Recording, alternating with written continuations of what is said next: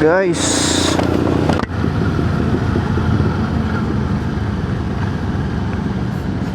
another day, another work.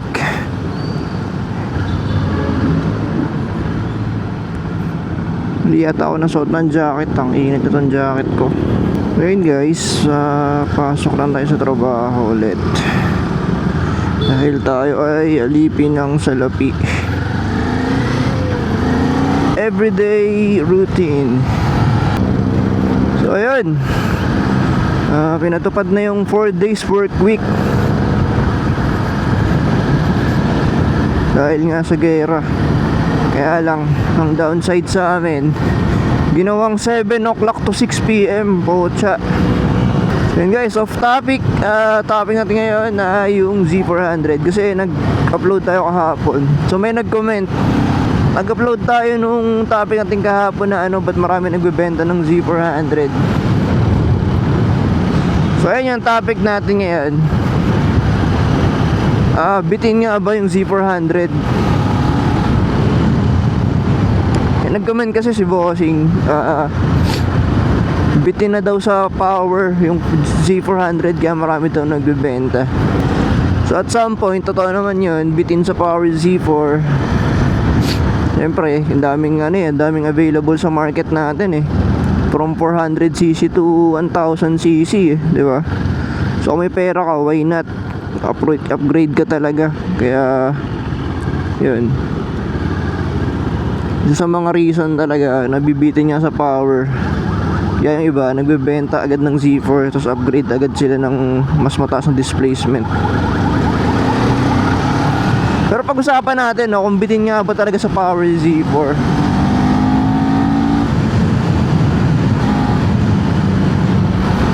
Well, for me, 50-50 yan Depende ako sa mga gamitin or kung anong purpose mo sa bike. Kung purpose mo sa bike, sumama sa mga long ride. Kung ang purpose mo sa bike, sumama sa group ride. Tapos sa mga kasama mo, mga liter bikes, sports bike. Tapos ang ride nyo, puro expressway. Talagang bitin yung Z4. Kasi top speed nito, alis lang sa 180 lang So sa ganung point of view, bitin talaga yung Z4. Kasi imagine mo 400cc lang, tapos sasama ka sa mga higher displacement. Talaga may iiwan ka doon mo mararamdaman na bitin talaga yung binili mong motor, yung Z400. Lalo kung expressway ride, opo, iiwanan ka ng milya-milya ng mga kasama mo. Kaya yung pagbili ng motor, depende yan sa purpose mo, kung saan mo ba gagamitin yung motor. Marami kasi bumibili ng motor ngayon, mali yung purpose nila, or hindi nila chinecheck kung anong purpose nila sa bike, kung ba't nila binili yung bike. Kaya ang ending, pagbili nito, ay di pasok sa purpose ko, hindi pasok doon sa target ko, mabenta, di ba?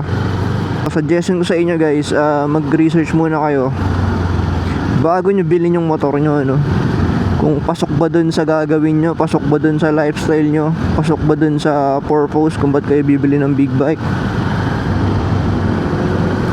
So ayun, kung expressway ride, expressway run, tapos kasama mo mga liter bikes, talagang maramdaman mong bitin yung Z4. Pero kung ang purpose nyo pang everyday ride, pang araw-araw, tapos ang biyahe nyo minsan nag-expressway kayo, hindi bitin si Z4. Kasi pagka ganitong kalsada, sobra-sobra pa yung power na ito. Hindi mo magagamit yung 100% potential nito, lalo pag ganitong medyo traffic. 100% of the time, ka lang dyan, naka 50% lang nung power nyo yung nagagamit mo. Hindi ka naman top speed dito, di ba? Sa expressway ka lang naman top speed.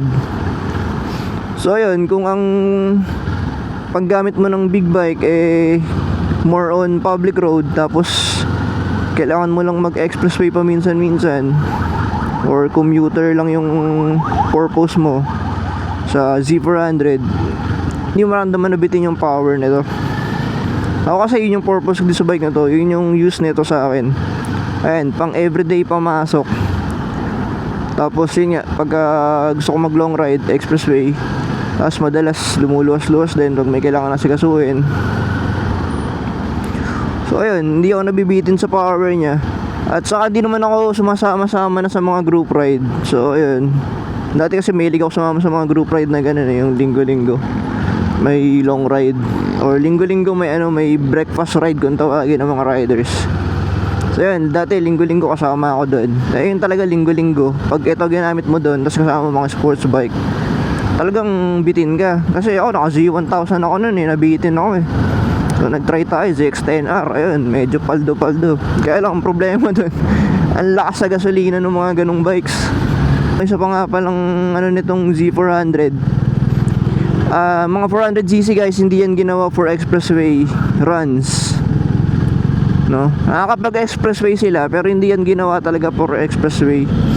Kasi sa ibang bansa, actually sa atin lang naman talaga sa Pilipinas may 400cc rule sa expressway. Sa ibang bansa nakakapasok naman kahit mga 150cc, 125. So sa atin lang talaga. So hindi ginawa yung 400cc for expressway kasi nga sa Pilipinas lang yon.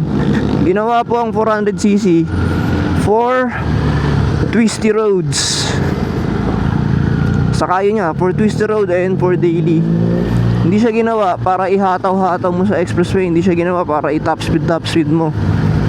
Ginawa siya for twisty roads. So may enjoy mo yung power nito pag nasa twisties ka, nasa bundok ka, o kaya pag nasa racetrack ka. Doon may enjoy yung power nito. Actually karamihan ng 400cc ganun Kaya sila ginawa for daily use, saka for twisty roads. So sabihin na nating bitin yung Z400 sa expressway, pero pagdating sa mga ganung kalsada, never mo siya masabihan ng bitin. Kasi never mo siya matatop speed dun. Never mo sobrang bihira nung rider na ma-maximize yung full potential nitong 400cc category sa mga twisty road. Karamihan sa rider pagdating sa twisty road nagbabagal na So yun, sabihin mong bitin yung power ng Z400 kapag na-maximize mo na siya sa twisty road. Pag nakaka-banking ka na ng matulin gamit tong Z400. Kasi pagdating sa twisty road guys, sobra yung power nito, sa totoo lang. So ayun, depende sa purpose ng bike. So yung mga bibili ng mga bibili ng Z400 dyan, huwag nyo na-expect na top speed to sa expressway. Ang expect nyo, may enjoy nyo siya pag dinala nyo siya sa twisty roads, sa mga mountain, o kaya sa racetrack. Saka yun nga, pang daily, pag pinang-daily nyo to, yun, hindi nyo mararamdaman na bitin to. Ayun paano masabing bitin sobra pa nga yung overtaking power na ito diba? Yun lang ang topic natin for today, kung bitin ba ang Z400. That depends on your purpose sa bike. Ako kasi ito yung route ako lagi, kumbaga konting traffic, tapos konting hataw, public road madalas, paminsan-minsan expressway. Ang purpose nito sa akin, pag expressway siya kasi kailangan kong lumuwas at minsan kailangan kong mag long ride. Hindi ko purpose dito yung nakapag expressway kasi kailangan ko sumama sa group ride. Yun, talagang mabibiting ka dun. Ngayon guys, sobra yung power niyan para sa pang araw-araw na buhay natin. So kaya sa bumili ko ng underbone, tapos kargahan ko para lang ma-feel yung power, rekta na ako sa 400, diba?